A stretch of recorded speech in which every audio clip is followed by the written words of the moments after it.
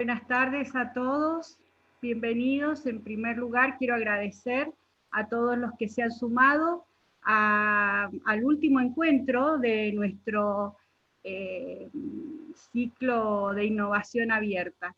En particular, bueno, quiero recibir virtualmente en la Universidad Nacional de San Luis a la doctora Sonia Abadi, quien será la oradora quien imparta esta última charla del año. La doctora Sonia Abadi es médica y psicoanalista. A partir de esta formación de base, desarrolló el modelo de pensamiento en red, un modelo que en forma interdisciplinaria integra la psicología, las neurociencias y las ciencias de las redes vivas. El currículum de Sonia es muy extenso, es conferencista internacional, referente, pero yo hice un ejercicio y busqué, para resumir su currículum, su perfil, hice una búsqueda de las palabras más frecuentes en su hoja de vida, en su currículum. Y esas 4 palabras fueron innovación, redes, creatividad y liderazgo. Creo que esas 4 palabras la describen de pie a cabeza el perfil de Sonia y describen toda su trayectoria. Hoy la tenemos aquí, creo que es un miembro de lujo para nuestro ciclo, así que los invito a todos a preparar nuestra cabeza, nuestras neuronas para poder conectarnos con tan notable charla que nos va a impartir Sonia. Adelante, Sonia, y bienvenida. Gracias, Marcela. Un placer estar de nuevo por San Luis, aunque sea virtualmente. Muy lindo estar con gente querida. Bueno, yo les voy a hablar de redes, así es. Yo vengo hablando de redes desde el año 2000 y poco, 2002 aproximadamente, de redes vivas, de redes humanas, justamente no de redes tecnológicas. Si bien las redes tecnológicas son una herramienta potenciadora de las redes humanas, mi tema es siempre las redes vivas y no las redes tecnológicas. Yo vengo hablando de esto practicando y predicando el trabajo en red, el pensamiento conectivo, la vocación colaborativa, por todas partes, y algunos me creían bastante y otros me creían más o menos, pero se nos vino la pandemia y ahora me creen todos. Eso es una cosa fantástica porque se produjo un aprendizaje de muchas cosas, como veníamos charlando, pero de 2 cosas esenciales. La primera, de la que nos dimos cuenta inevitablemente, es que estamos todos conectados. Todos los que estamos cerca, los que estamos lejos, los que estamos en nuestra ciudad, en nuestro país, en el mundo, los que tenemos una profesión u otra. Todos estamos conectados. Y lo segundo que aprendimos, que es interesantísimo y fuerte, es que todos somos grandes contagiadores. Todo lo que somos y todo lo que hacemos contagia. Contagian los virus, contagian las ideas, contagian los valores, contagian los proyectos. Todo lo que nosotros somos y hacemos es altamente contagioso, lo cual implica una enorme responsabilidad para entender qué calidad de contagio queremos transmitir y cómo podemos preservarnos de las redes depredadoras, como por ejemplo es la pandemia, o como puede ser una red de trata o una red de tráfico, y cómo podemos hacer para generar redes vitales, saludables, expansivas, de calidad, que son las únicas que pueden luchar contra las redes depredadoras. Así que esto es un poco lo que nos apareció ahora como novedad para entender más y mejor qué es esto de estar en red, de vivir en red, de ser red, como hemos aprendido que somos todos. En el año alrededor del 2002, ya no me acuerdo exactamente, entre el 2002 y el 2003, yo venía trabajando con el tema creatividad e innovación, a partir básicamente de la psicología y del psicoanálisis, porque nosotros ya sabíamos desde la teoría psicoanalítica que el pensamiento humano, el pensamiento de nosotros, la gente, tenía 2 formas de funcionamiento. Una forma secuencial, lógica, formal, eso tenía un nombre específico, ¿no? Pensamiento lógico, pensamiento formal, y una forma por rodeos, por atajos, por caminos inesperados, que era el pensamiento conectivo asociativo, y que no tenía una lógica, sino que conectaba cosas que aparentemente no tenían nada que ver. Ese otro modelo de pensamiento, ese otro tipo de pensamiento, lo que se descubrió es que era la base de la creatividad, entre otras cosas. Vamos a ver que es la base de la intuición, es la base de la empatía, es la base de la creatividad y, sorprendentemente, es la base del sentido del humor. Ese otro circuito, esos otros circuitos inesperados que operan en el pensamiento. Esto lo sabíamos, pero ya nuestro prócer primario, que fue el viejito Freud, nos decía ya en su época, 100 años atrás, ojalá algún día esta hipótesis que yo tengo sobre el pensamiento la puedan detectar de forma demostrable los neurocientistas. No se decía neurocientistas en esa época, se decía los neurólogos, la neurología. ¿Y qué pasó en estos últimos años? Que la neurología, la neurociencia, la nueva neurociencia, que dejó de pensar en el cerebro como una estructura jerárquica vertical y empezó a pensarlo como una red. ¿Y qué se descubrió? Que las neuronas en el cerebro también están conectadas de dos maneras, como el pensamiento, en formas de conexiones que son como grandes autopistas, conectadas, preferenciales en el sentido de la circulación de las ideas, y otras conexiones neuronales azarosas, inesperadas, informales, que eran el hardware de ese software que es el pensamiento. O sea que ya sabíamos, empezamos a saber que las ideas en la mente y las neuronas en el cerebro estaban conectadas en forma de red. Esto venimos a principios del 2000 ya unificando lo que sabíamos desde la psicología con lo que la nueva neurociencia descubre. En ese momento se me cruza en el camino, porque fue así, se me cruza en el camino por un azar, un físico especialista en redes vivas, un hombre que sabía y sabe un montón sobre el funcionamiento de las redes vivas, pero que además se tomó el interés y el trabajo de compilar otros descubrimientos de la física y de las matemáticas acerca del comportamiento de las redes humanas.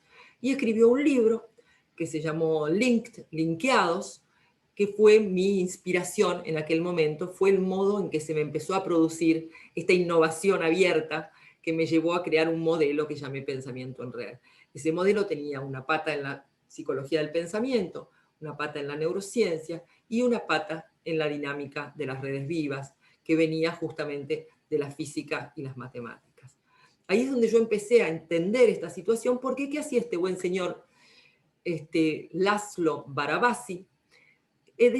Nos decía que todo lo vivo funciona en forma de red, y esto vale para las neuronas, vale para los vínculos, vale para las organizaciones y para las sociedades en general. Voy a buscar unas diapositivas para irles empezando a relatar esta historia. A ver si la encontramos donde tiene que estar. Ajá. Esto es lo que estoy tratando de buscar. Porque estaba abierto. Un momentito, por favor, ¿sí? Un momentito. Vamos a asegurarnos de que las cosas estén donde tienen que estar.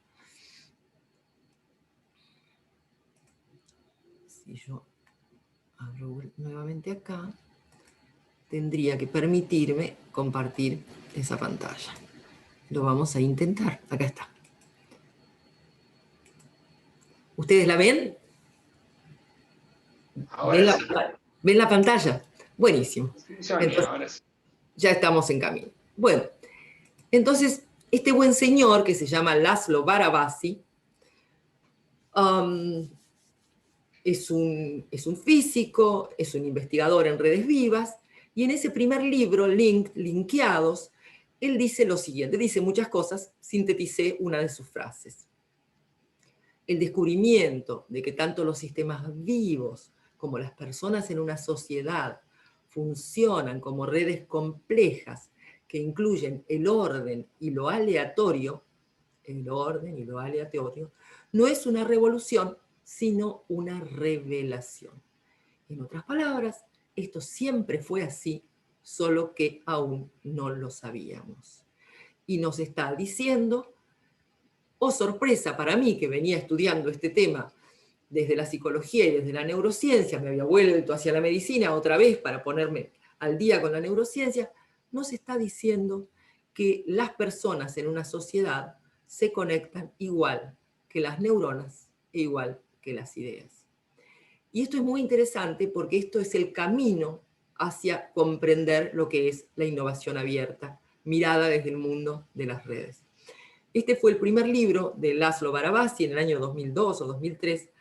A mí como se dice, frecuentemente me quemó la cabeza porque realmente me interesó muchísimo. Aparte, empecé a encontrar conexiones entre las diferentes disciplinas y me puse a estudiar redes vivas.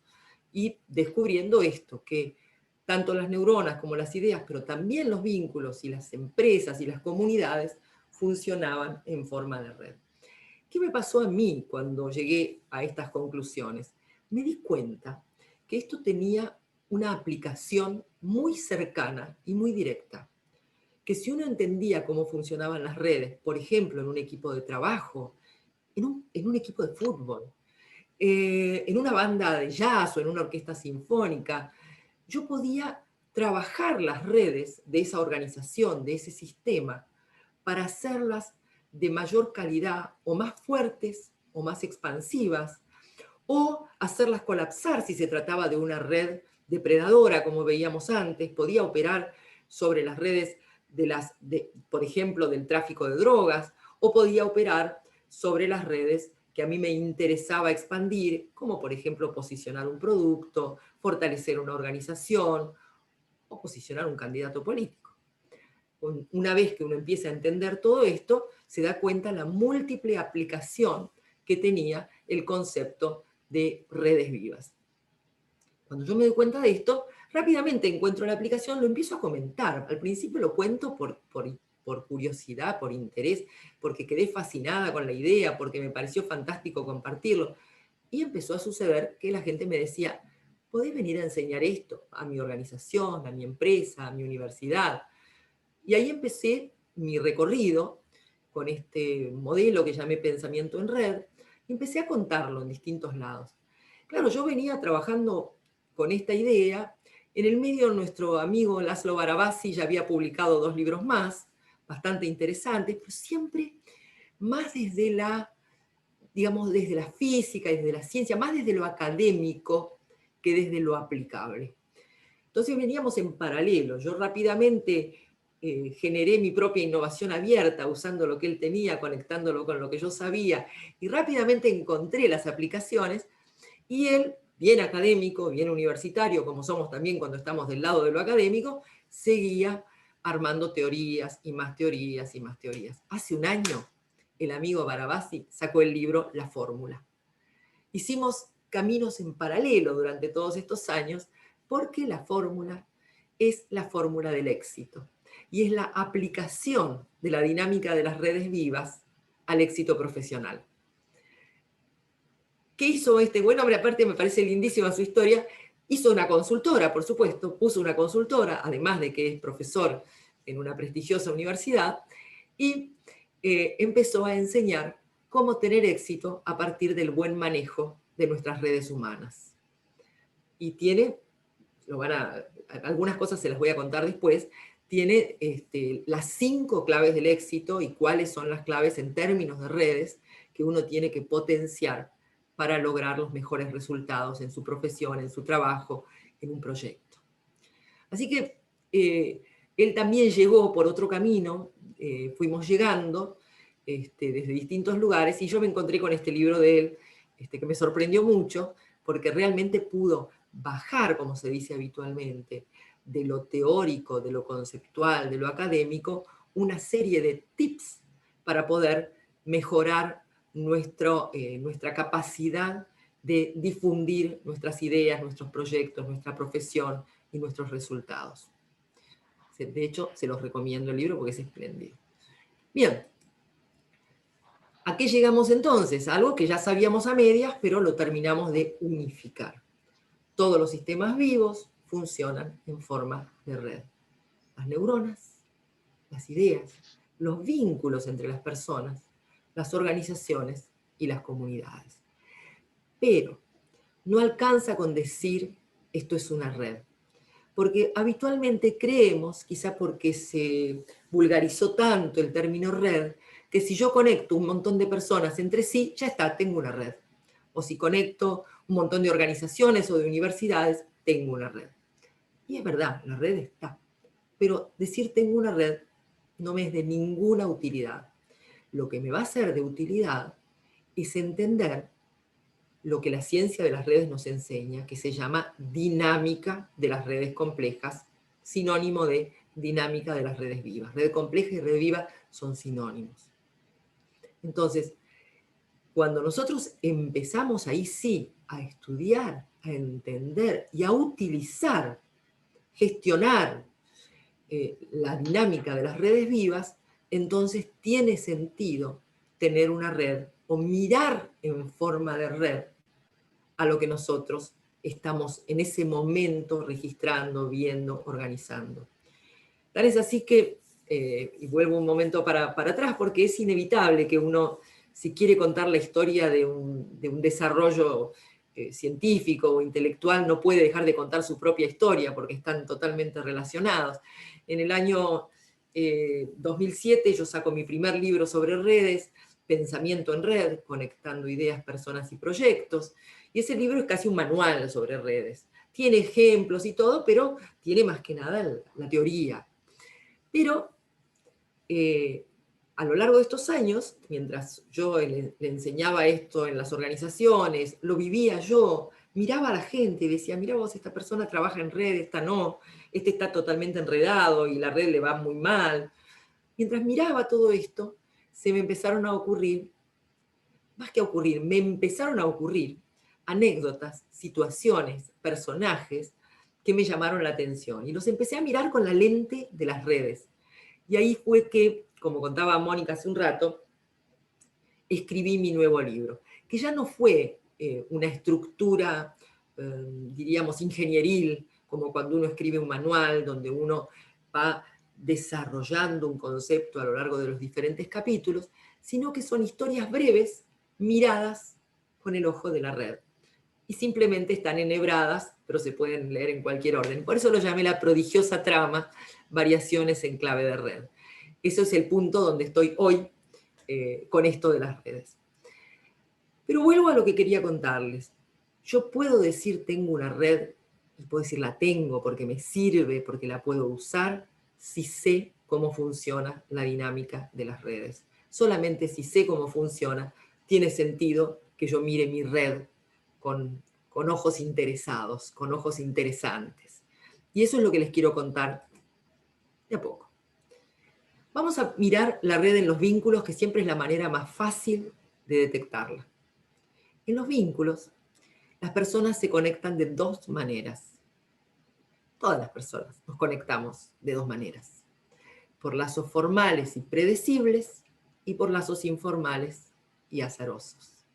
Los lazos formales y predecibles son aquellos donde nos unimos por un denominador común. Hoy, por ejemplo, somos todos los participantes de este evento sobre innovación abierta en la universidad. Eso es un lazo formal que ha hecho que lleguemos más o menos puntuales, que estemos todos atentos, que sepamos a qué vinimos y que estemos tranquilos con que nadie nos va a venir a molestar con algo que no tenga nada que ver con lo que nos propusieron.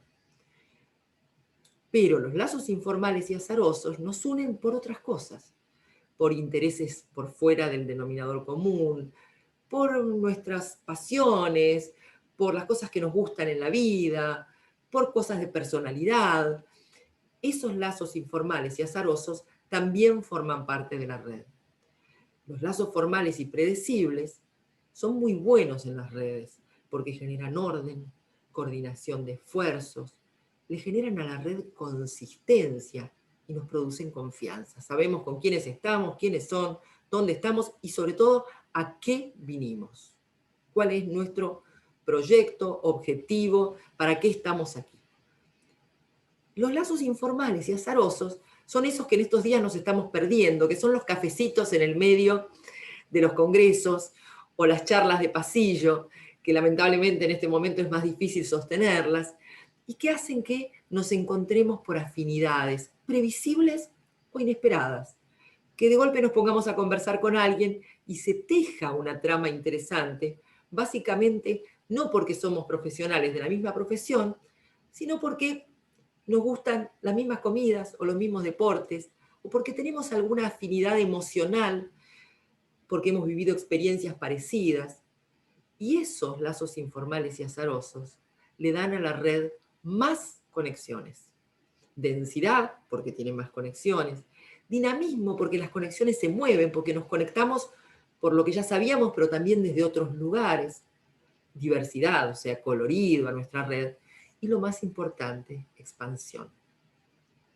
Si yo tengo una red a la que convoco o de la que soy parte, que tiene solamente lazos formales y predecibles, por ejemplo, somos todos médicos o somos todos ingenieros, ya no tengo una red, sino que no tengo una red viva al menos, con la definición de red viva, sino que tengo un círculo cerrado.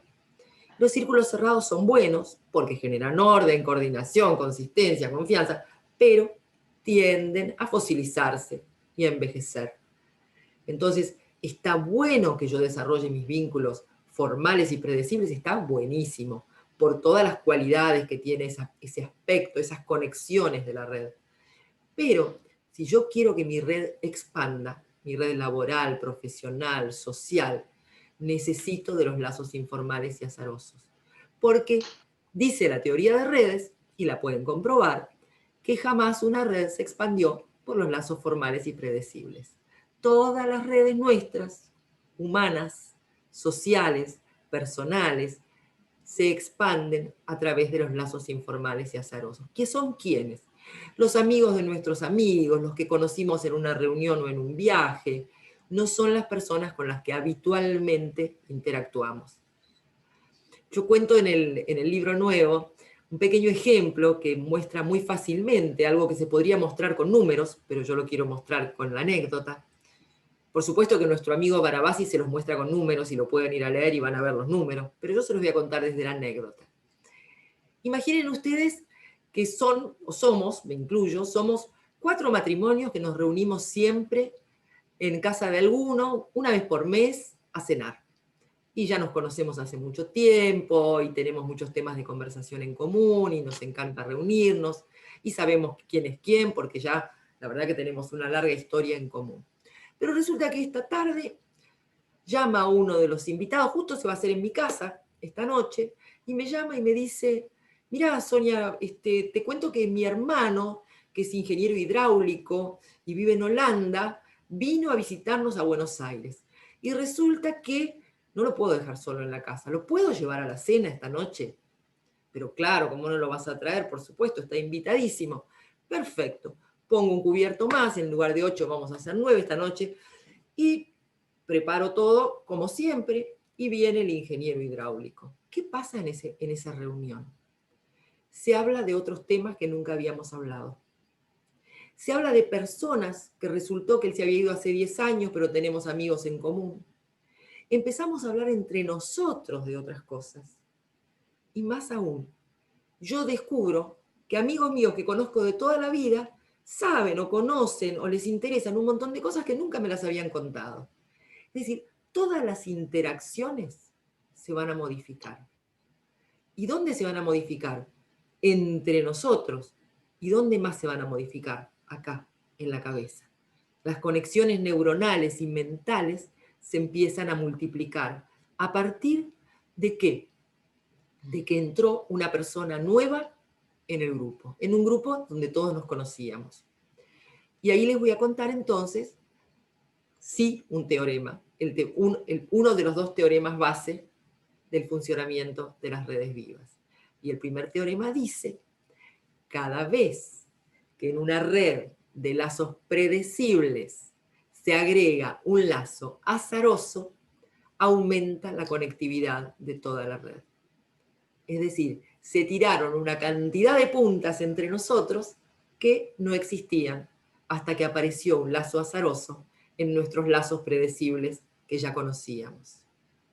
Y esto sucede entre las personas y, como nos enseña la teoría, en la mente también.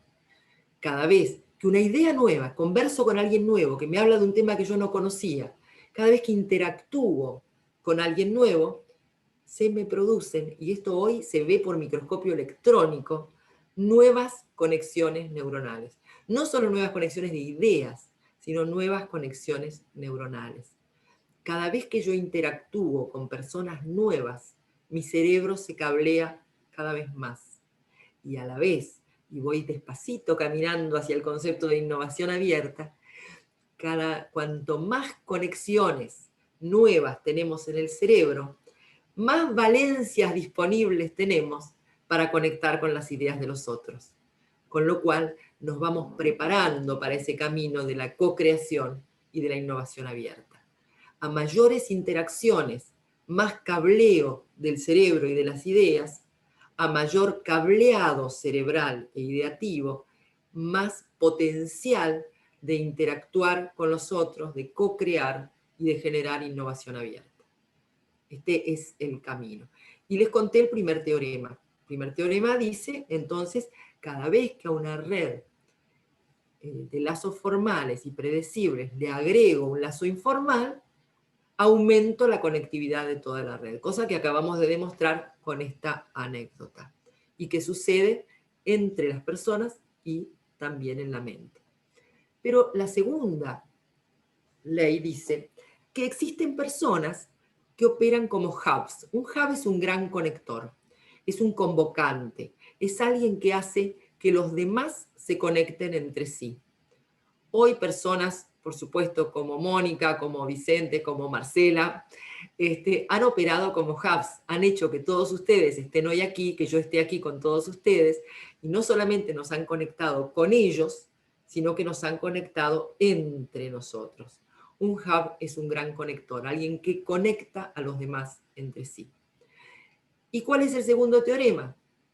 El segundo teorema dice, los hubs acortan la distancia entre todos los otros nodos. Y esto sucede en los vínculos y también sucede en la mente, porque cuando yo tengo un sistema de pensamiento de una disciplina en particular que yo estoy estudiando, con la que he trabajado, cuando aparecen ideas nuevas, mi sistema de pensamiento organizado va a ayudar a que las nuevas ideas entren en conexión con las ideas y conceptos que yo ya tenía. O sea que un sistema, diríamos, casi un sistema de conceptos o un sistema de pensamiento en la mente va a operar como un hub. Necesitamos de las dos cosas. Necesitamos de la aparición de lo nuevo para que se active y se expanda toda mi red personal y mental, y necesitamos de los hubs para que esa conectividad también se amplíe y para facilitar la conectividad entre las personas y las ideas. Yo les dije en los vínculos, me adelanté a contarles que no puedo hablar de vínculos solamente, no tengo que hablar de vínculos y de ideas, pero bueno, lo desarmo un poquito de esta manera porque me ayuda más, es más didáctico para poder explicarlo. Pero si yo paso a la diapositiva siguiente, van a ver que en la mente pasa exactamente lo mismo.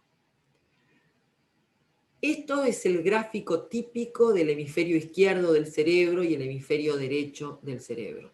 Así nos lo enseñaron durante años, así me lo creí yo también y así lo enseñé mucho tiempo. El hemisferio izquierdo es lógico, formal y genera un pensamiento de tipo lineal y secuencial. Es verbal, es matemático, y el hemisferio derecho es visual, intuitivo y genera un tipo de pensamiento más asociativo, menos secuencial.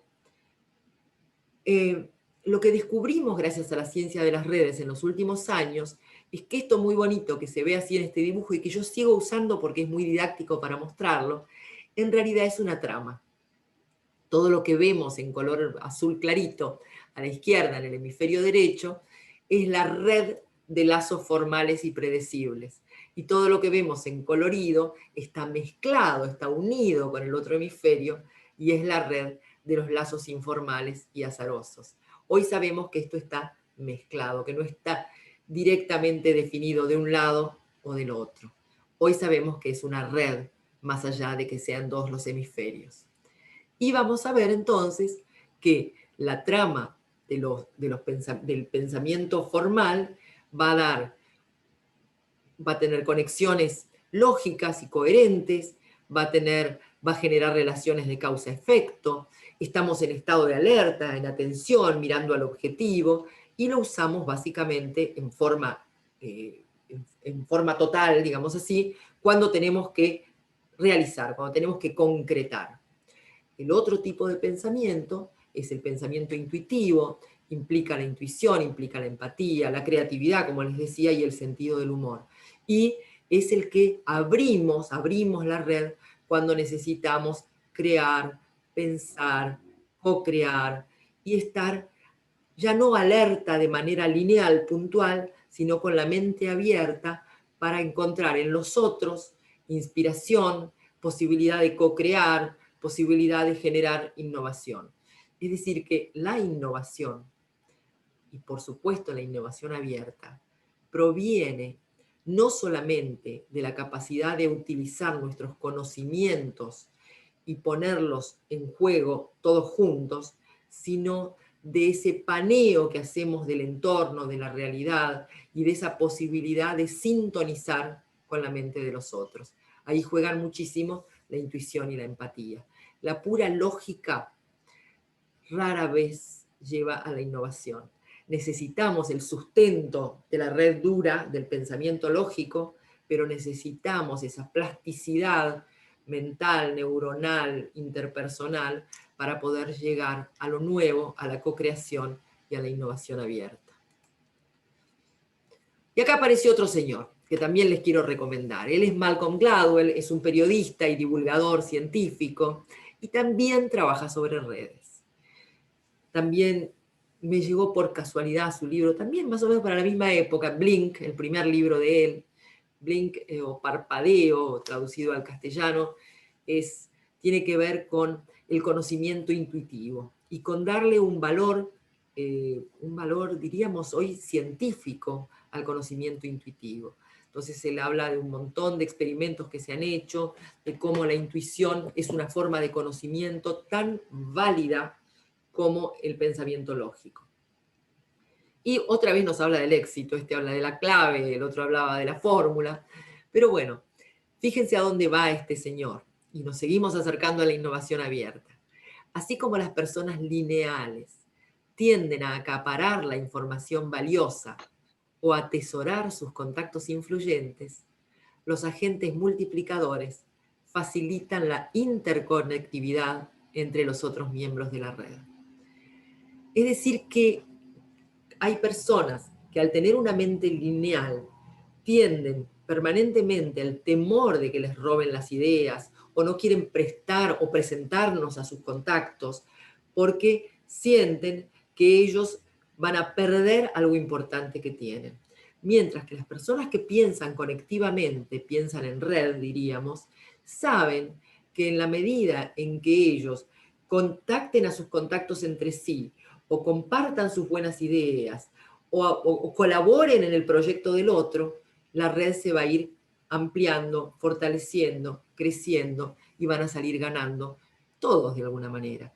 Lo que aprendimos con las redes es que la linealidad lo que hace siempre es gestionar la escasez, mientras que el trabajo en red termina gestionando la abundancia, porque todo se va potenciando en la medida en que se colabora, se comparte, se facilita a los otros la conectividad que cada uno de nosotros tiene. Y esto vale con las ideas y vale con las personas. Recuerdo siempre cuando yo hice, de todos mis libros, hice el libro en papel, ebook y audiolibro. Cuando hice el audiolibro del libro Pensamiento en Red, me encontré con que tenía interés en algunas personas poder regalárselo. Entonces se me ocurrió una idea bastante original, que fue hacer una tarjetita, que era como si fuera una tarjeta de crédito, donde de un lado tenía el diseño de la tapa del libro, y del otro lado un código QR, donde las personas podían escanear ese código con su celular y escuchar el libro. Era una clave que me permitía, en lugar de que la gente tuviera que ir a comprarlo a Amazon y demás, poder regalarle yo mi libro.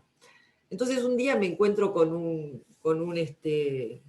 creo que era sí, con un economista, y a mí me interesaba que conociera mi libro, entonces le saco una de esas tarjetas y se la voy a dar y se la regalo y me dice, pero qué buena idea, yo te la voy a copiar. Y me lo dice como amenazante, ¿no? Como diciendo, ahora vas a ver. Y yo le digo, por favor, copiala y mejorala, que después te la voy a copiar yo a vos. Es decir, cuando nosotros abrimos el juego y compartimos lo que tenemos, nos vuelve multiplicado. Y siempre digo lo mismo, por favor, somos científicos. Cuando yo digo nos vuelve multiplicado, siempre hay alguien que cree que estoy hablando de espiritualidad. No, estoy hablando de matemáticas, no estoy hablando de espiritualidad. Es decir, realmente cuando nosotros aportamos a la red, generamos una dinámica de las conexiones interpersonales, asociativas, ideativas, de todas las conexiones, que nos vuelve multiplicada. Y no nos vuelve por el universo, ni por ninguna espiritualidad, ni por el secreto, ninguna de esas cosas, sino que nos vuelve porque la red trabaja, y la red trabaja para nosotros. Me acordé en este momento, he trabajado mucho con los productores agropecuarios en el país. Me ha tocado muchas veces, no sé, porque nos entendimos rápidamente y después el boca a boca me hizo trabajar con distintas empresas agropecuarias.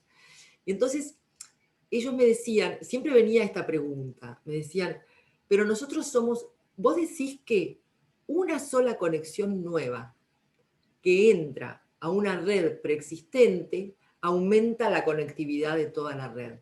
Pero nosotros somos una red muy grande, este es un país muy vasto. Entonces seguramente necesitamos muchas más conexiones azarosas, imprevistas, para aumentar la conectividad de toda la red. Con una no va a alcanzar. Y yo les decía, no es eso lo que nos enseña la ciencia de las redes vivas. En realidad, como cada vez que nosotros ponemos una conexión nueva, todo el sistema se pone a trabajar. Por lo tanto, por más enorme que sea la red, incorporar una sola conexión nueva genera un dinamismo que se contagia a todo el sistema. Y no quiero hablar de la pandemia, pero ustedes saben que en este momento podríamos agarrarnos del tema de la pandemia y explicar todo lo que yo les acabo de contar en términos de pandemia. Por eso la Organización Mundial de la Salud, desde hace muchos años, esta vez le está yendo más o menos, pero desde hace muchos años, trabaja con el concepto de dinámica de redes para tratar de hacer colapsar una epidemia. Lo mismo que el gobierno de los Estados Unidos trabaja con dinámica de redes para hacer colapsar las redes terroristas. A veces les va mejor, a veces les va peor, pero ese es el modelo que se está usando en este momento. Vuelvo a Gladwell. Entonces, ¿qué más nos cuenta Gladwell? Nos dice que estas personas que tienden a compartir sus contactos y sus conocimientos, se los llama, en la jerga de las redes, los polinizadores de las redes.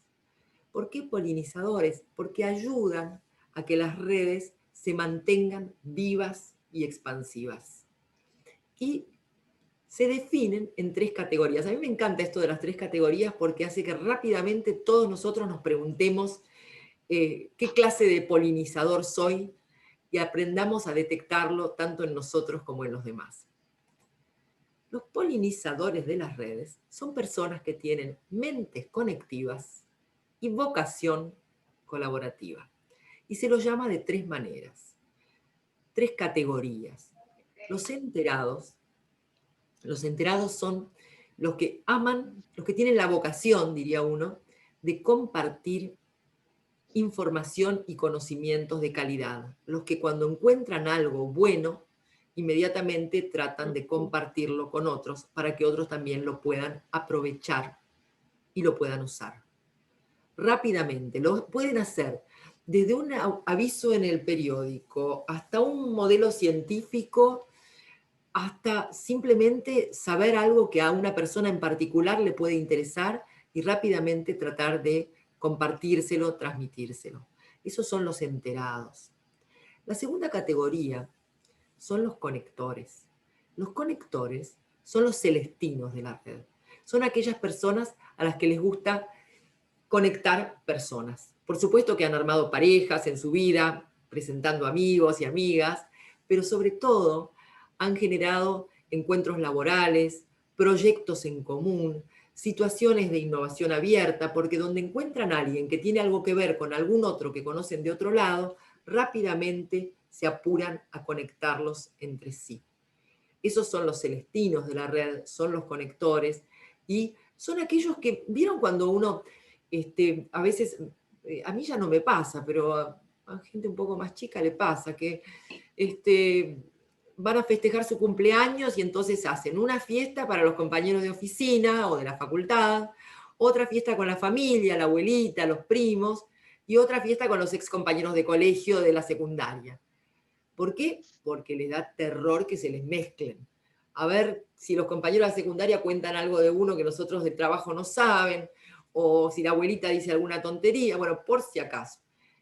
Las mentes en red y vínculos en red meten a todo el mundo en la misma bolsa, lo juntan a todos, lo pasan fantástico y la gente se encuentra con gente que no es la misma de siempre. Esos son los conectores. Y los motivadores, el otro día en un curso, en realidad no cambié la diapositiva, pero juro que la voy a cambiar.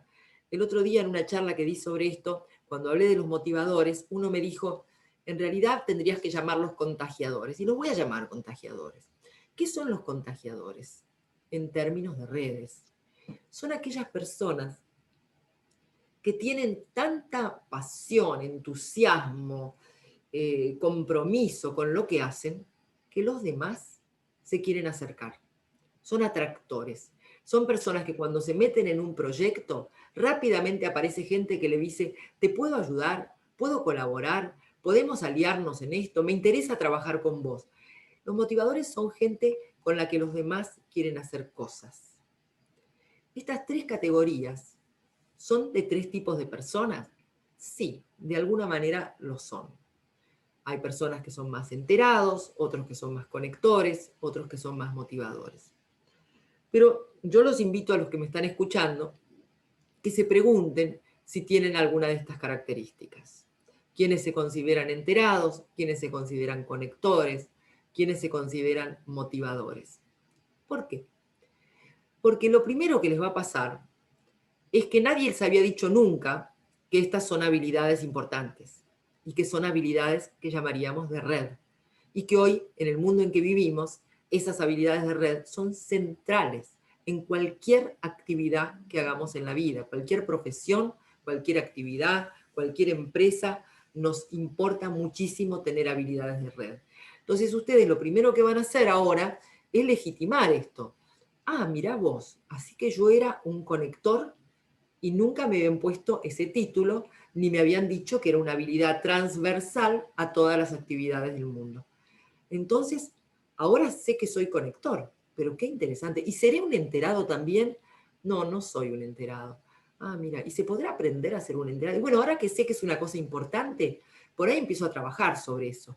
Y empiezo a ver si yo soy capaz, cuando encuentro algo interesante, de compartirlo con otros. ¿Y seré un motivador? Y no sé si lo soy. ¿Qué empieza a pasar? Primero que yo legitimo que estas son habilidades clave en el mundo en red en el que vivimos hoy. Después empiezo a poder explorar en mí si tengo alguna de esas habilidades. Detecto esas habilidades en mí y me encuentro con que tengo alguna, otras no las tengo. Quiero ver si las puedo desarrollar, por ahí me sale, por ahí no me sale. Y tengo una cosa más ahora. Ahora que sé que son habilidades clave para construir y expandir una red, cuando tengo un proyecto nuevo, trato de reclutar gente que tenga esas habilidades. Ya me empiezo a interesar, ya ahora estoy atento. Cuando hago un interrogatorio, una entrevista laboral, una entrevista para un chico en la facultad, a ver, vamos a probar, a ver. Y vos sos una persona que te gusta conectar personas entre sí, y empiezo a explorar las habilidades de red en mí y en los otros, porque ya les di una legitimidad, les di un valor y sé que sirven. Hoy vivimos en la era de las habilidades transversales. ¿Qué es una habilidad transversal? Estas habilidades de red, que les acabo de mostrar, que quizás son las más interesantes como novedosas, y otras de las cuales ustedes seguramente hablaron y escucharon hablar. La intuición, la empatía, la creatividad, la colaboración. Todo eso hoy, no importa si yo soy médico, ingeniero, profesor, comerciante, cualquiera sea mi actividad, hoy lo técnico no es tan importante que como las habilidades transversales. Lo técnico es mucho más fácil de replicar, es mucho más fácil de tener soldaditos que todos aprendieron y saben lo mismo, pero las habilidades transversales marcan la diferencia. Me pasó una vez, justamente hablando de los productores agropecuarios, que tenía 20 ingenieros agrónomos, todos con la camisa color caqui y el loguito de la empresa en la camisa. Y entonces fue muy gracioso porque yo les pregunté a cada uno cuáles eran sus otras habilidades. Había músicos, había pescadores, era un workshop sobre creatividad, y se les reclamaba que sean más creativos, pero no se les daban la posibilidad de desarrollar sus otras habilidades. No estaba claro para la gente de la organización. Y entonces yo le empiezo a preguntar a cada uno, bueno, su profesión, ingeniero agrónomo, ¿y qué te gusta? ¿Y en qué sos bueno? Bueno, iban apareciendo las otras habilidades. Y en un momento digo, bueno, señores, tenemos un ingeniero agrónomo por 20, pero además tenemos las habilidades de un pescador, las habilidades de un músico, las habilidades de un artista plástico, tenemos un montón de otras cosas, porque es mucho más fácil reemplazar a una persona que tiene un título determinado que aquel que además de eso tiene una serie de habilidades transversales que lo hacen más apto para interactuar, para relacionarse, para colaborar, para compartir, para ser parte de nuestras redes. Entonces, hoy en día, con todo lo que se ha vuelto ya, casi uno podría decir algo replicado, una copia, que todos leemos los mismos libros, todos aprendemos las mismas cosas. Si una persona no desarrolla esas habilidades transversales, realmente no tiene cómo diferenciarse del montón, digamos así. ¿Y cómo se piensa el liderazgo en términos de redes? Porque claro, ahora hay que pensar todo de nuevo. Cuando lo pensamos linealmente es una cosa, cuando lo pensamos en red es otra cosa. El líder lineal va a ejercer la autoridad, va a generar estrés porque está exigiendo, genera rivalidad entre las personas, porque evidentemente si uno puede estar adelante o atrás o más adelante, siempre va a tratar de estar más adelante que el otro. Y en general, para mantener su poder, trata de ser lo más inaccesible posible, que no sea fácil llegar a él. El líder en red, en vez de ejercer la autoridad, practica la conectividad entre su gente, facilita la creatividad porque la gente está menos estresada, en vez de la rivalidad promueve la colaboración y trata de estar disponible, porque lo más importante es que todos sepan que él no está en la torre de marfil, sino que también es parte de la misma red. Ahora, ¿qué pasa? Cuando yo muestro esta pantallita, enseguida aparecen las miradas de el lado de la izquierda es el malo y el lado de la derecha es el buenito. Pero no es así. No es así porque son dos formas de liderar, que si bien hay personas que solamente lideran de un modo o del otro, lo ideal es una gran flexibilidad para cuando hay una situación de riesgo, de peligro, de emergencia, el líder tome el mando y baje línea rápidamente, porque si no pone en riesgo la supervivencia de su sistema, de su cátedra, de su empresa, de su organización. Ahora, cuando termine la emergencia, ese líder tiene que aflojar la trama, tiene que facilitar la conectividad y la colaboración para que aparezca la creatividad, porque si no, lo que va a estar en riesgo es el crecimiento y el desarrollo. Es decir, que hoy en día un líder tiene que tener una plasticidad, una agilidad fabulosa para poder pasar del modelo lineal cuando hay una emergencia para el ataque y la defensa, o pasar al modelo más conectivo asociativo para facilitar el crecimiento y el desarrollo de su proyecto. Necesitamos las dos funciones, pero sobre todo necesitamos una versatilidad fabulosa para poder ir y venir de uno al otro.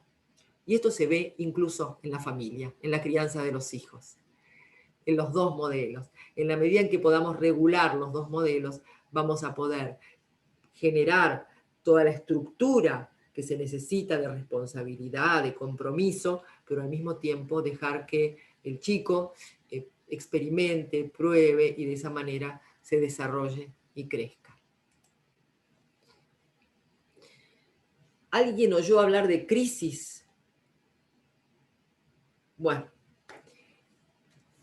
¿quién no?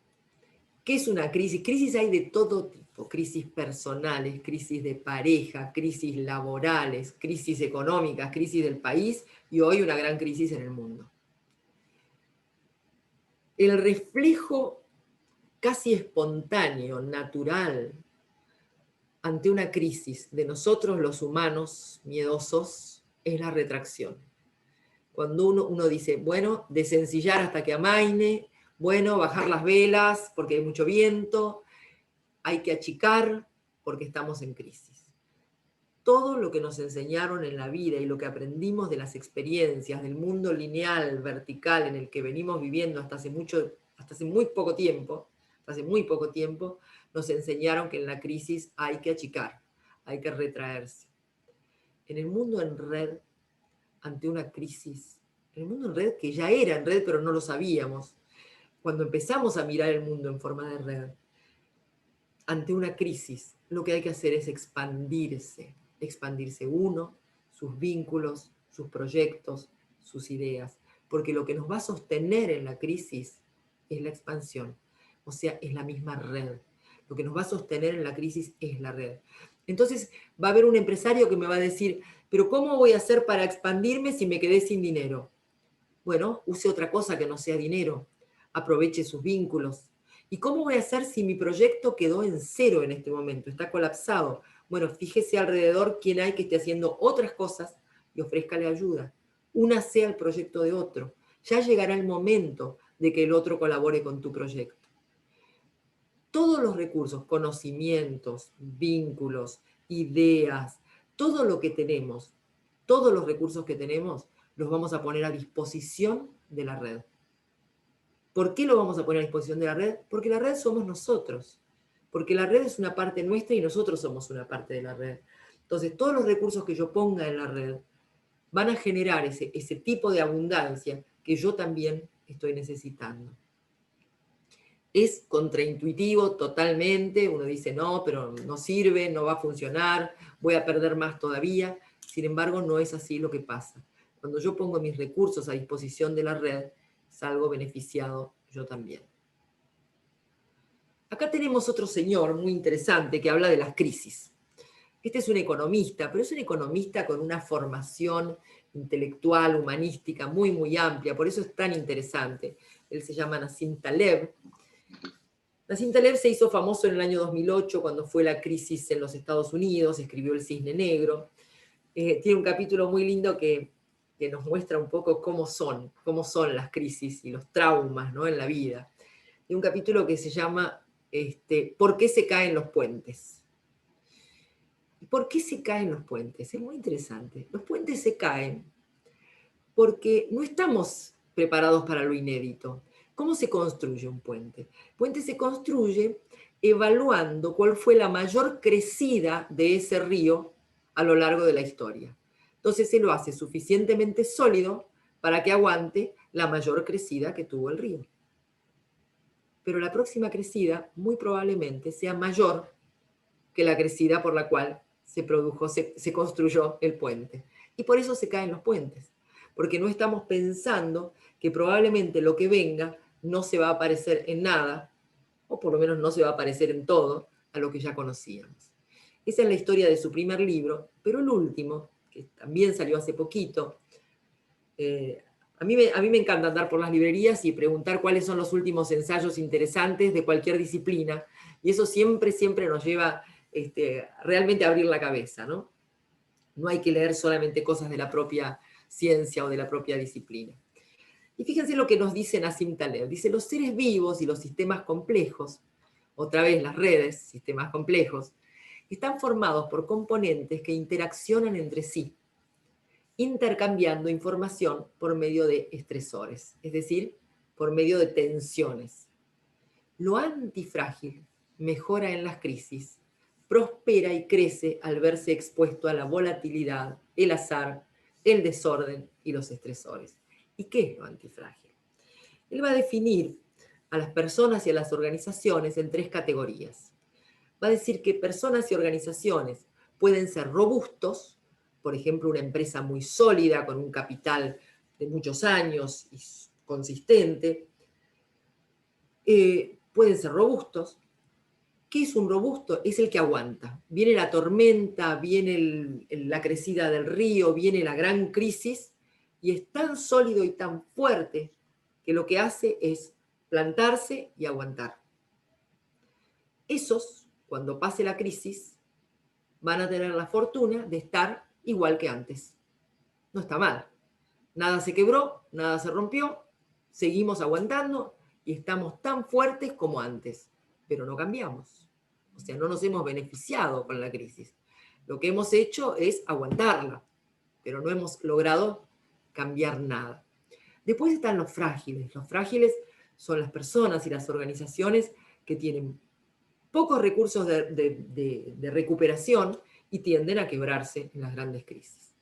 Y la antifragilidad, él la compara con el concepto que se usó siempre, de resiliencia. Pero no se olviden, seguramente ustedes lo saben tanto como yo, porque además es un término que se usa desde hace mucho tiempo y en muchos ámbitos, la resiliencia es la capacidad de volver al estado anterior. Ante una crisis, si yo soy una persona resiliente, me las voy a rebuscar para poder recuperarme y volver a mi estado anterior. A diferencia de la antifragilidad, que ahora es un concepto que se está usando por todas partes, lo creo él, pero ahora se ha puesto como casi de moda, diría yo. Cuando yo lo leí la primera vez el libro, estaba todavía en inglés, ni siquiera había aparecido por acá. Y la antifragilidad es beneficiarse de la crisis. Y él lo explica de esta manera. Dice que hay personas y hay organizaciones que ante una crisis generan tal energía y tal disponibilidad de todos los recursos que tienen que les sobra para resolver esa crisis y por lo tanto tienen más para poder seguir avanzando o creciendo o desarrollándose. Es decir, que hay como un exceso de reacciones, lo que él plantea. El antifrágil reacciona en exceso a la crisis y ese exceso es su capital de cambio y de adaptación y de crecimiento. Parece un concepto re interesante porque le pone nombre a una modalidad, a un estilo que conocemos, o porque lo hemos vivido, o porque conocemos personas que tienen esa capacidad. Está bueno ser robusto, pero no todo el mundo se puede dar el lujo de ser robusto. No todo el mundo tiene los recursos y la fuerza para aguantar sin quebrarse. Es duro ser frágil, hay que tratar de fortalecerse, pero no fortalecerse desde la rigidez, sino desde la versatilidad. Porque en las grandes crisis la rigidez puede terminar como el Titanic. Es decir, que no es la rigidez, no es la fuerza lo que nos hace fuertes, valga la redundancia, sino la versatilidad y sobre todo la adaptabilidad. En este momento que nos ha tocado la pandemia y el confinamiento que acompaña, realmente nos ha tocado adaptarnos casi día a día. Es decir, no es que, bueno, hay que adaptarse a esta situación y bueno, a partir de ahí nos la bancamos y seguimos adelante hasta que esto... No, todos los días hemos tenido que volver a adaptarnos. Todo el tiempo estamos volviendo a adaptarnos. O sea que esa adaptabilidad es la clave en este momento. A mí me gusta contarlo de esta manera. Veníamos en un lindo barco, naufragamos y caímos en una isla desierta que no conocíamos. Estamos ahí y por supuesto nos vamos a pasar el primer mes y probablemente el segundo, así, mirando al horizonte a ver si viene el barco a rescatarnos. Mirando al horizonte, haciendo lo mínimo necesario porque ya van a venir, ya se termina este problema, ya van a venir a rescatarnos, se acabó la pandemia, se acabó el confinamiento, en 2 meses estamos afuera, volvemos a la normalidad. Y de golpe pasó el tercer mes, el cuarto mes, todavía estamos. Y un día dijimos, pará, nada de mirar al horizonte. No nos queda otra que aprender a pescar, construir nuestra casita, nuestra choza, armar una organización social entre nosotros, a ver cómo repartimos los roles. Ok, este es el lugar donde vamos a tener que vivir de aquí en adelante. y nadie nos va a venir a sacar de aquí. Con lo cual estamos en un lugar nuevo.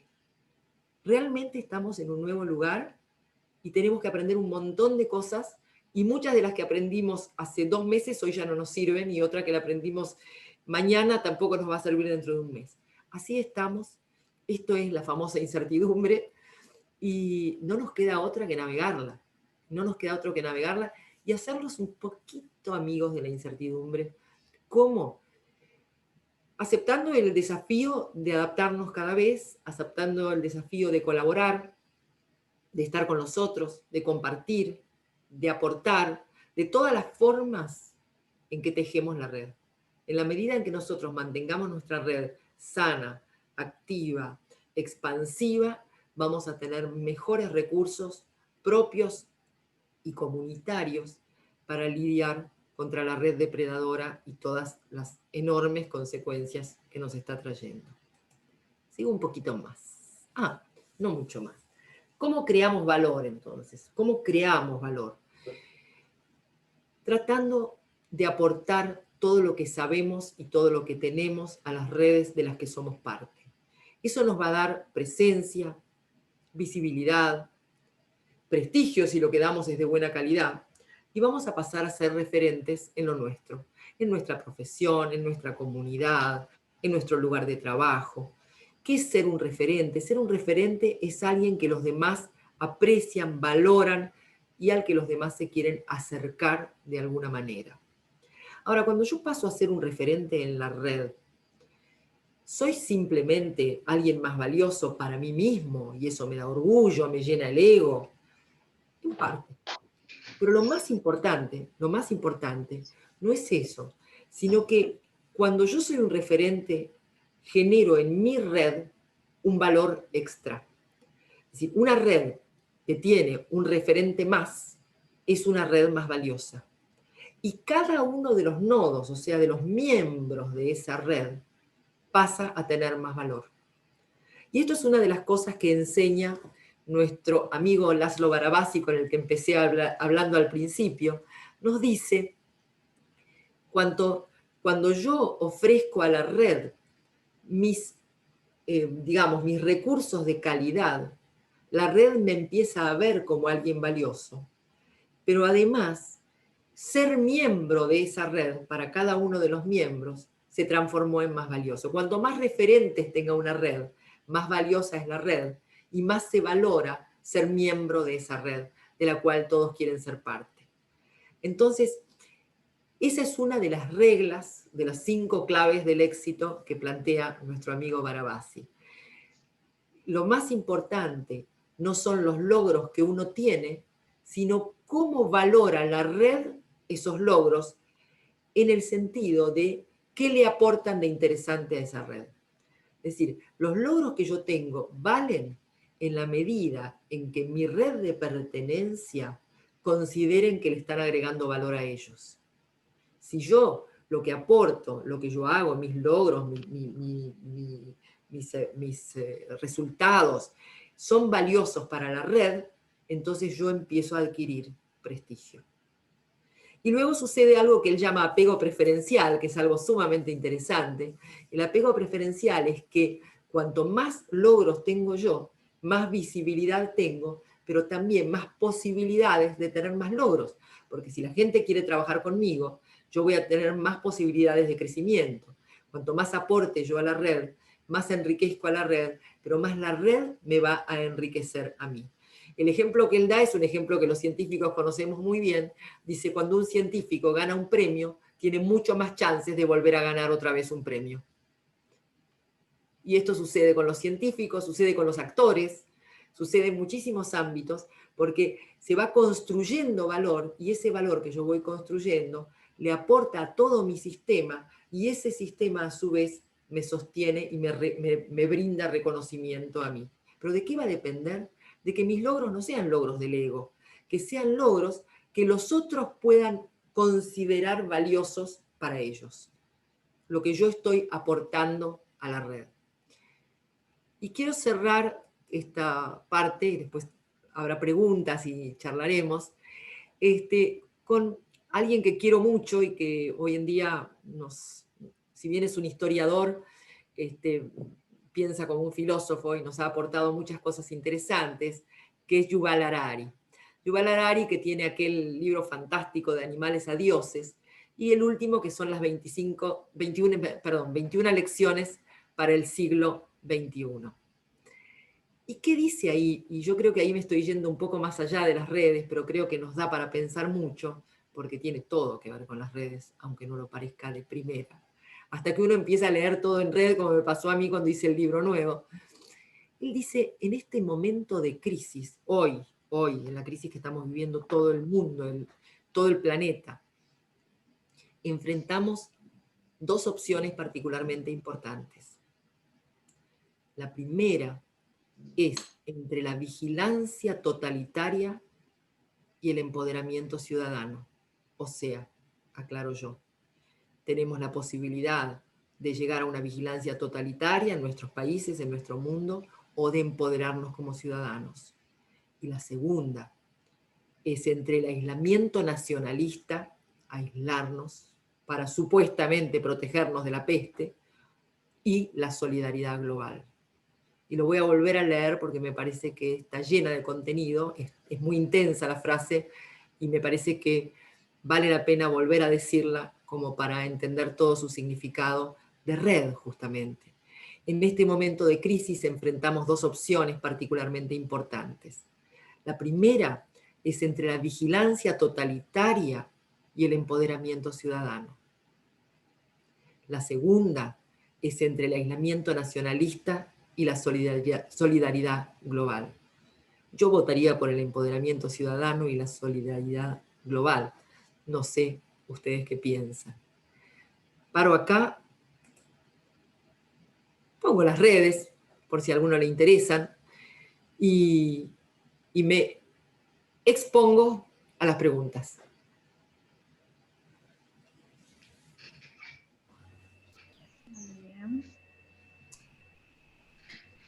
No sé si quieres dejar de compartir, así nos vemos las caras. Sí, señora, cómo no. Ya mismo lo haré. Ahí estamos. Bueno, esto de la conectividad, que a veces todos ocultamos las cámaras y parece que hablas solas, pero hemos estado muy linda la charla realmente. Y antes de pasarle o de recibir las preguntas, yo pensaba con esta última frase que dejaste, ¿viste cuánta gente dice ahora, si yo hubiera sabido que iban a ser 9 meses, sí, no hubiera hecho, o hubiera hecho muchísimas más cosas? Sí. Digo, en marzo éramos todos frágiles. Esto fue una gran oportunidad, fue una gran oportunidad. No sé si el año que viene nos dicen vamos a estar todo el año, o nunca nos van a decir vamos a estar todo el año, pero así sea 2 meses más, creo que ya fuimos creciendo como red, pero no sé, tampoco podemos predecir el resultado. Sí. Pero digo, qué efecto ahí, ¿no? Que todos, eso es lo que yo pensaba, ¿no? Que esa fragilidad que tuvimos todos y que en red tuvimos un comportamiento global, ¿no? Un comportamiento emergente. Sí, totalmente, totalmente. ¿Cómo nos has acercado la vulnerabilidad, no? Hablamos de otras cosas, incluso en ámbitos académicos, donde uno supuestamente está dando una clase, o en ámbitos de trabajo, de repente se habla de lo personal mucho más que antes, se cuentan pequeños detalles, se comparten los miedos, ¿no? Exacto. Bueno, y un cambio, porque, a ver, de pronto esencial era el almacenero del barrio, no era el señor erudito que yo tenía en la puerta de al lado. Entonces cambió muchas cosas, tuvimos que repensar mucho. Y bueno, y como dice Marcela, hubo mucha gente que en el primer momento era retraerse, esto va a pasar pronto, hay que esconderse hasta que esto pase. Y otros, bueno, que como Sonia me conoce, y Marcela también, bueno, dijimos el primer día, esto es nuevo, vamos a ver cómo lo navegamos, pero vamos a sacar lo mejor de esto. Así que sí, ha habido experiencias muy, muy interesantes. Y Sonia, te tengo que agradecer antes que empiece esto, porque realmente yo te he escuchado muchas veces, te sigo, he leído tus libros, los he escuchado. pero siempre, siempre, siempre encuentro algo nuevo, algo motivador, algo que me encanta, que supongo que es lo que le pasa a Gina, que te sigue también en todas tus disertaciones. Así que me pasó eso, que yo estaba diciendo, bueno, voy a escuchar algo conocido, y no, siempre, siempre tienes algo que realmente llega mucho. Bueno, Marcela, no sé si pudiste tomar las preguntas. Sí, alguna pude tomar, lo que no sé los nombres de las personas, dice Marce Vega Lar, no sé si está. Ella, cuando hablabas de las tres categorías de enterados, conectores y motivadores, ahí está, la vemos. Ella preguntaba si puede existir o si es común que existan personas que tengan más de una de esas habilidades. Ojalá, y cuando encuentres una de esas personas no la sueltes. Sin duda, hay personas que tienen esas tres habilidades y están buenísimas porque realmente nos van a brindar sus contactos, sus conexiones, nos van a ayudar a nosotros, solamente por su estilo, por su manera de funcionar, no es que van a hacer nada en particular, pero tienen esa característica y realmente ayuda muchísimo a tejer las redes. Sí. Claro, creo que tiene que ver porque Marce es parte también de la red GTEC, esta que te digo que estuviste. Bueno, entonces allí creo que hay varias personas que tienen más de una de esas habilidades y es bastante notorio.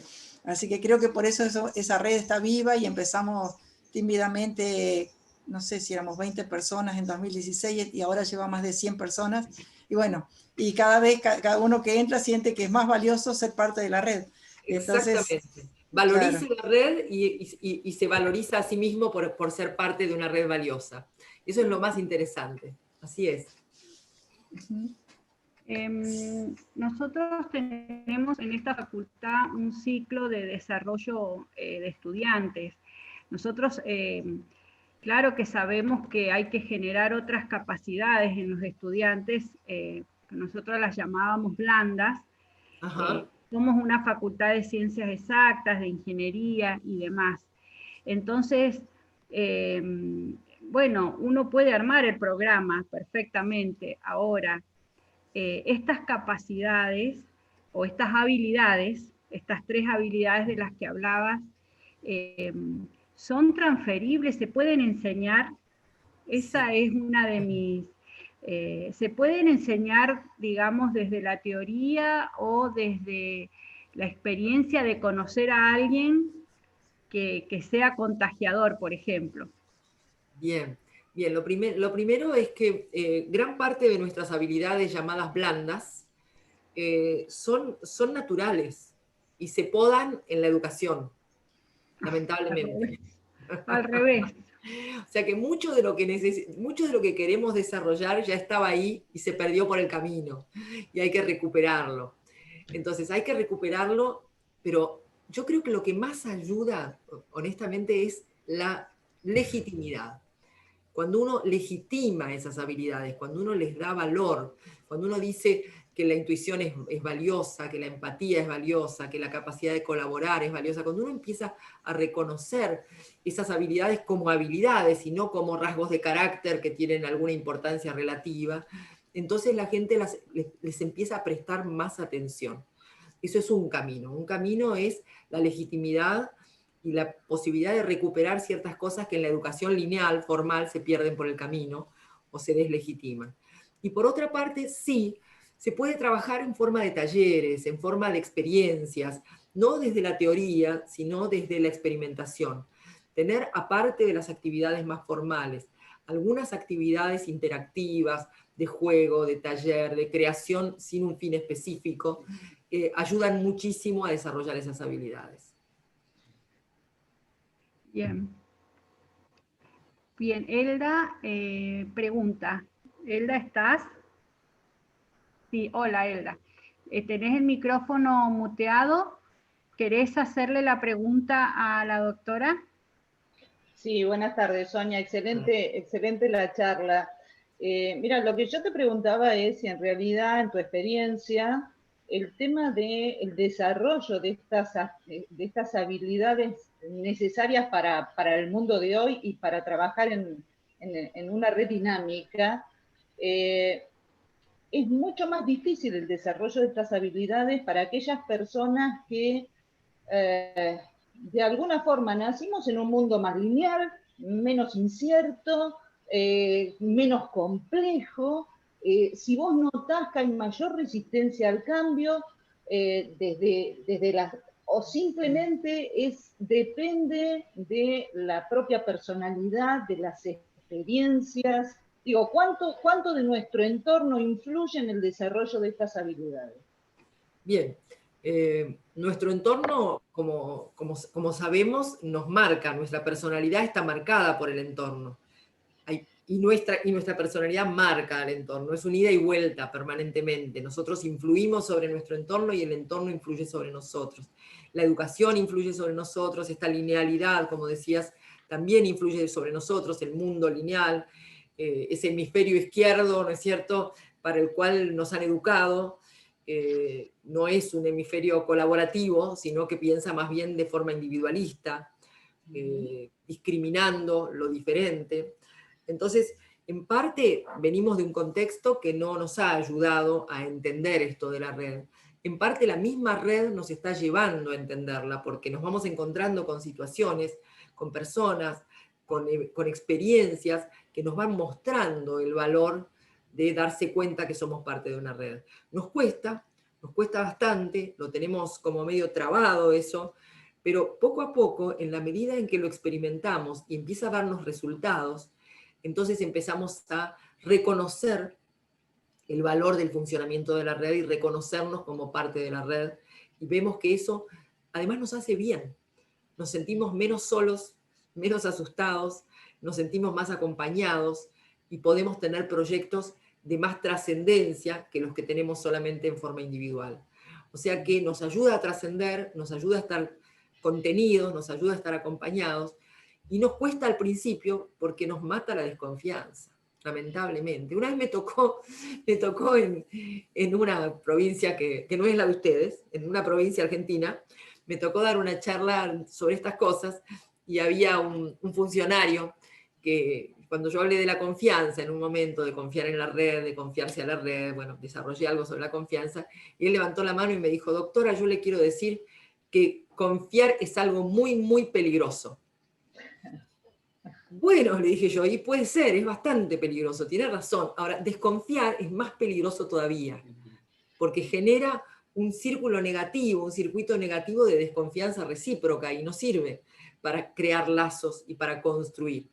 Entonces sí, claro que es peligroso confiar, claro que es peligroso brindarse y brindar a los otros, pero uno empieza a descubrir las ventajas, el beneficio. Hay una anécdota que la cuento, ya la conté tanto que debe estar grabada en cuanta grabación hay, pero no importa.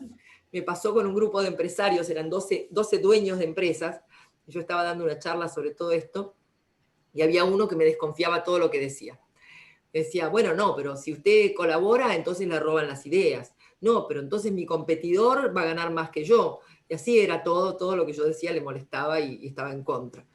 Y entonces como a lo último, se queda callado, ya se quedó sin argumentos, o se aburrió directamente porque no le gustaba lo que yo estaba contando, pero se ve que se quedó pensando.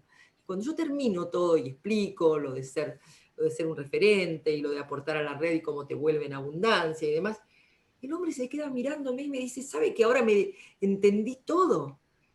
En el mundo en red, ser generoso garpa, me dijo. Haga.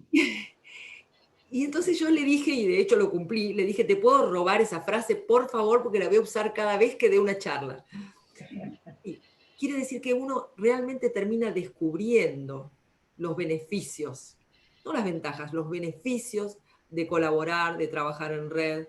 Y finalmente todo lo que llamamos innovación abierta es el resultado del trabajo en red.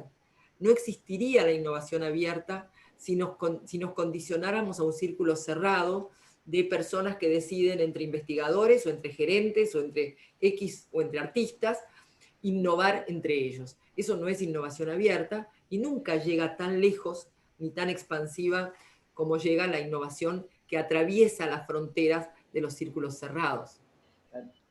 Seguro. Bárbaro, gracias. Sonia, te quiero contar una experiencia que hemos vivido. Se armó una red integrada por instituciones. Ajá. El proyecto era muy bueno, se generan muchas actividades, el trabajo duró un par de años, pero las instituciones tuvieron conflictos. Pero los integrantes siguieron trabajando en red. Qué maravilla. Y hoy la risa de Mónica está marcando que esos integrantes vamos a generar una nueva red. Y no tenemos representatividad institucional, pero sí el bien común por lo cual nos comunicamos y nos formamos.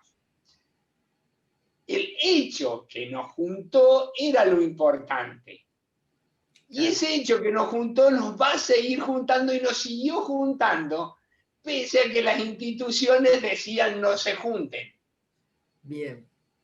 La fuerza de la red, por algunas cosas que dijo Marcela y fundamentalmente lo marcaste en toda tu charla, son los que formamos parte de la red. Exactamente. Cada uno de esas tres formas de que participamos, o algunos que tenemos más de una, somos esos motivadores para que las ideas no queden en un cuarto baúl o algo cerrado con llaves. Y pese a que esas organizaciones dijeron no, el trabajo de la red es lo fundamental y lo que siguió en manos. Y eso nos está llevando ahora a poder formar el año que viene, sí, un laboratorio de innovación abierta y asociativa. Porque partimos desde ese momento con un proyecto que no sabíamos qué nombre era. No conocíamos Sonia Abadi. La habíamos leído nada más. Eran locos parecidos que trabajaban en una misma línea. Bien, bien. ¿Ah? Qué interesante, ¿no? Porque las instituciones son verticalistas generalmente. Claro. Y la red es tridimensional, la red es todo. Entonces las redes tienen mucho más fuerza que las organizaciones jerárquicas, evidentemente. Y tienen su propia dinámica. La red tiene su propia dinámica, su propia energía que supera a las estructuras. Tan es así, que a veces hay redes marginales que son difíciles de meterse con ellas, porque las estructuras que luchan contra las redes marginales son verticalistas, y la red les gana siempre. La red supera a la estructura vertical, tiene un poder propio de autogestión, de energización, diría uno, tan grande que supera cualquier estructura. Es así, es exactamente el ejemplo que estás dando, me parece fascinante. Por favor, tengan cuidado que no se les transforme en una estructura. Cuídenla, No, claro. Cuídenla, claro. que no se les fosilice, que no se les fosilice como círculo cerrado, cuídenla mucho para que siga siendo vital y expansiva como viene siendo, ¿no? Sonia, al respecto, había una pregunta de María Padilla, nos estás escuchando. Ella también hablaba un poco de esos nodos dañinos que pueden haber internos en una red. Y ella habla de que en su trabajo, que es en la administración pública, es muy jerárquico, muy lineal. No sé si, María, ¿querés comentar? Hola, María. No te escuchamos. No tiene audio, pero bueno, decía que cómo se debe hacer para crecer a pesar de que no se puede sacar esa red o esos nodos porque son impuestos y que a veces no dependen del líder de la red, sino, bueno, de una jerarquía más impuesta de la institución, ¿no? Quizás la misma respuesta está en la red, pienso. Sí, quizá en el ejemplo de Vicente está la respuesta, ¿no? Evidentemente, la red tiene un poder propio y va a ganar espacio de todas maneras, de todas maneras. El otro día, mira, te voy a dar una respuesta con otro ejemplo. El otro día me tocó dar una charla en Idea Management. Ustedes saben que Idea es una organización muy grande de empresas, de empresarios, y que tienen el coloquio de idea, tienen tres eventos importantes, el coloquio de idea management y otro más. Entonces uno me preguntaba más o menos lo mismo. ¿Qué hacemos cuando el gran jefe es autoritario, lineal, y en este momento de crisis, ¿cómo hacemos? Porque con la pandemia y la gente que está asustada, digo, miren, es la gran oportunidad para la gente, porque los grandes jefes están demasiado asustados. Entonces, el que tenga alguna idea nueva, diferente, el que pueda enfrentar alguna situación inesperada, esté en cualquier lugar, digamos, del organigrama, va a empezar a moverse para arriba, porque los jefes están más asustados que nadie. Es el momento justamente para las redes. Es el momento en que las redes se empiezan a empoderar más, porque las estructuras verticales son las que están más puestas en cuestión justamente en estos momentos. Bien. Karim. ¿Está Karim? Ahí está. Estoy, hola. Contale lo que has escrito, que es lindo. Bueno. Bueno, excelente, Sonia, realmente me encantó. Yo te he escuchado también varias veces, ¿no? Pero a mí me encanta, digamos, y cada vez creo que lo acentúas más. Me hace acordar a Ilya Prigogine, esa relación digamos, de lo que uno estudia en las ciencias duras relacionadas con las ciencias humanas. Inclusive en San Luis se armó en un tiempo el Instituto Ilya Prigogine, que justamente Mónica fue secretaria de ese instituto, vino Ilya Prigogine acá, y era una unión de filósofos, gente de ciencias humanas, con físicos, químicos, te recuerdo que yo soy físico, ¿está bien? Sí. Y se armaba sobre su famosa línea del tiempo y tratar, digamos, de empezar, digamos, a unir esas dos cosas porque realmente son sumamente interesantes, ¿no? Me encantó porque lo que dices en tu charla es una serie de verdades, digamos, que uno cada vez que la escucha, es cierto, ¿no? Todo lo que estás planteando.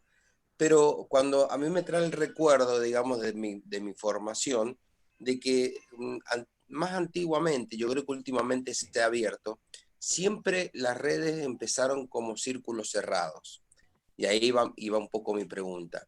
O sea, cuando uno arma una red, yo estoy armando redes de trabajo, de interacción, los lazos formales son claros, son fáciles de establecer.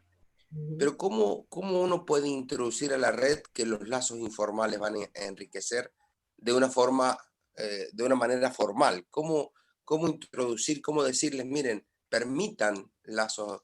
Porque inclusive, te cuento, digamos así, a tipo de anécdota, que cuando yo era estudiante y más las redes de científico, de física o de la parte dura, cuando alguien hacía algún lazo informal, era mal visto.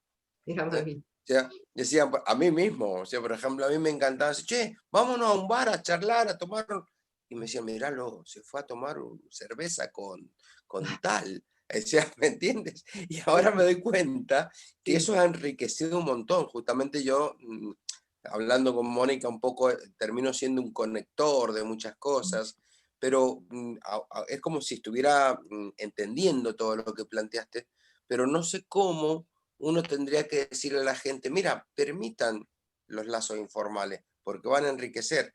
No se encierren en solamente lo que está escrito, porque pasa que muchas veces creen que hacer cosas fuera de lo formal es mal visto. Generar, ¿me entiendes? No sé si se entiende la pregunta. Totalmente, como que te quita seriedad. Exactamente, seriedad. Pero finalmente el pensamiento que no deja entrar otros tipos de pensamiento termina dogmatizándose, evidentemente. Y las personas que no se abren a otra gente diversa, diferente, cambiante, terminan en círculos cerrados, que son estos círculos que envejecen, ¿no? Que se fosilizan. A mí no me preocupa tanto, mira vos, no me preocupa tanto que una organización empiece como un círculo cerrado, porque siempre se la puede polinizar. Algunos polinizadores va a ver que la van a ayudar a tirar valencias para afuera, ¿no? Pero sí me preocupa muchísimo que una organización que empieza como red termine como círculo cerrado. Me preocupa más eso. Perfecto. Me preocupa más que algo se transforme en un círculo cerrado por cuestiones de poder, ¿no es cierto?, de apropiación, que empiece. Porque a veces se empieza como un círculo cerrado, bueno, es una forma de generar confianza, de darle fortaleza, de sentirse cómodos entre gente afín, y siempre hay algunos un poquitito más transgresores que, bueno, que son capaces de armar la guitarreada con los colegas, Eso. por ejemplo, o de irse a tomar una copa, o de hablar de otros temas, o de contar cosas personales, o de contar intereses que van por fuera de la profesión. Bueno, siempre hay algunos atrevidos que sacuden un poquitito el círculo. Lo peligroso es cuando una red se empieza a podar de tal manera que termina en lo que en buen criollo se llama una trenza. Es decir, Exactamente. tres tipos que están entrelazados entre sí y no dejan entrar a nadie más, ¿no? Exactamente, la trenza es lo que uno termina viendo. Es lo que uno termina Bueno, viendo, que es la perversión de la red que pasa a ser círculo y de círculo a trenza. exactamente. Bueno, muchísimas gracias. No, a vos. Había levantado la mano Daniela, no sé si puede hacer la pregunta. Está como iPhone de Daniela, el nombre, no, bueno. Bueno, creo que no hay más preguntas, solamente... Marcela, bueno. Freddy te está pidiendo la palabra. Sí, Sonia, Alfredo de Batista, que es el vicedecano de la facultad, te lo presento. Hola, Alfredo. Quiere hacerte una consulta. Suena raro, Alfredo, normalmente me conocen bastante más por... Bueno, eso es lo que salió en la pantalla y no lo cambié. No, primero felicitarte por la charla, muy interesante. Y otro, o sea, siempre es un placer tener ideas nuevas y que nos vengan a polinizar con otras cosas, digamos, y que nos saquen de los esquemas. Eso es sumamente importante. El tema de la pregunta era cuando uno está en gestión, hay veces que por ahí uno quiere establecer una cuestión en red, en estructuras que por ahí no son tan en red, ¿no?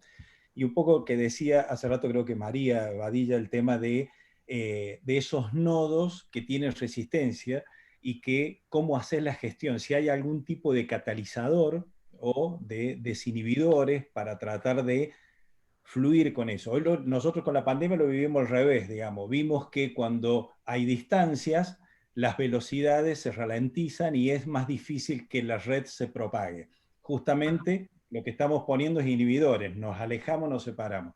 Al revés, cuando uno está en gestión, porque hay, sobre todo en administraciones públicas que son muy rígidas, es qué herramientas genéricas o que uno debería primero, digamos, el ABC, si hay algún ABC, o al menos cuáles serían tirar unas líneas de cómo romper eso, o sea, cómo, digamos, romper en el sentido de establecer los vínculos y que la gente se prenda, porque no siempre se quiere prender. La gestión del cambio es toda una gestión, digamos, ¿no? Es todo un tema. No es fácil dar un ABC, por supuesto, porque sería algo que no tengo. O sea, mi experiencia es dar talleres, workshops, hablar de estas cosas, hacer ejercicios, se pueden hacer, crear un espacio para hablar de las cosas y para generar un ámbito más lúdico donde se pueda trabajar con esos otros aspectos. De todos modos, yo creo que lo más importante como política, si querés ponerlo así, como política de trabajo, es no tratar de resolverlo el que está a cargo, sino habilitar más a los miembros de la red a que sean ellos los que generen las cosas nuevas. Es decir, correrse un poquito a un lado, aceptar ser un nodo más y no ser el nodo principal del sistema. Porque las redes, entre tantas cosas que nunca llego a contarlas todas en tan poco tiempo, tienen un poder de autoorganización fabuloso. Es una de las cualidades de las redes. Entonces, si uno facilita que se produzca la autoorganización, haciéndose un poquito de al costado, me parece que muchas de las cosas que a uno le preocupa para poder generar, se generan espontáneamente con distintos movimientos y dinámicas que se generan entre la gente. Vos sabés que Napoleón Bonaparte, cuando hacía una fiesta en el palacio, una vez que llegaba todo el mundo, entraba él de uniforme, muy serio, y todo el mundo se callaba la boca, y entonces gritaba, diviértanse ya mismo. Por supuesto la gente no se animaba ni a moverse. O sea, no funciona eso. Sean libres, no funciona. Me parece que lo que hay que hacer es correrse un poquitito y dejar que los liderazgos espontáneos y alternativos empiecen a jugar. Si hay alguna receta que se pueda decir, sería esa. Perfecto, fantástico, muchísimas gracias. Y aprovechar la fuerza de la red. Sí, y también el tema de generar, digamos, habilidades. Cuando hablabas de las habilidades, porque hoy con esto de las fake news y toda la historia, o sea, la red también tiene gente que está muy motivada en no generar demasiados buenos vínculos, digamos, o sea, sacan beneficio de eso. Entonces, por ahí el tema de, es difícil encontrar el equilibrio, digamos, entre expandir, pero sin llegar al precipicio, sino también cuidarse en salud Sí, de cómo sí. cortar esos vínculos, ¿no? Sí, los depredadores de la red, ¿no? Que son Claro. peligrosos, pero es que la red, a ver, la digitalización del mundo, lo que está pasando, en realidad lo que es un gran efecto acelerador de todos los procesos. Es decir, todo se acelera lo bueno, se acelera lo malo. Eso es lo que pasa en este momento. Lo que vivimos es una aceleración de todo. Entonces, hay algunas cosas que hay que cuidarlas porque también lo negativo tiende a acelerarse, lo mismo que nos pasa con la pandemia otra vez. Gracias, Ahí, Freddy. Gracias. Si me dejas, me diste lugar a otra pregunta, Sonia. ¿Cómo detectamos en una red a un depredador? ¿Cuáles son las acciones, las actividades? ¿Cómo abrimos los ojos para identificar a estas personas que está diciendo Freddy, que por ahí me parece que va también la cuestión? Te tengo que contar muy largo esto, va a ser una charla en especial. Hay un capítulo del primer libro de Pensamiento en Red que se llama El hacker en la red o los depredadores en la red, y que habla de todas las actitudes que hace y qué efectos genera en el equipo de trabajo. Y allí hay una cantidad de tips para poder detectar cómo opera un depredador en la red y lo que nos produce a nosotros. Porque funciona como un enloquecedor, o sea, todo el sistema se ve contaminado y la gente ni siquiera puede pensar tranquila, y además tiene miedo de relacionarse con el otro. O sea, genera todo un efecto negativo, tóxico en la red, que hay que estar atento para poder detectarlo y desactivarlo. Pero no te lo voy a contar todo porque no podría. Me acuerdo de algunas cositas, se guardan información, generan rumores, bueno, fue de hace mucho tiempo que lo he leído, pero algunas cositas recuerdo, sí. Usan frases espantosas como que no tienen remedio. Por ejemplo, esto ya tendría que estar hecho. Anda a decirle a una persona esto ya tendría que estar hecho. Es anularla. Ajá, claro, totalmente. Tendría que estar hecho y no hay manera, no tenés manera de resolverlo. Y bueno, hay cierto tipo de actitudes que causan mucho daño a la red. Sí. Es así. Bien. Gracias. Hemos llegado al final.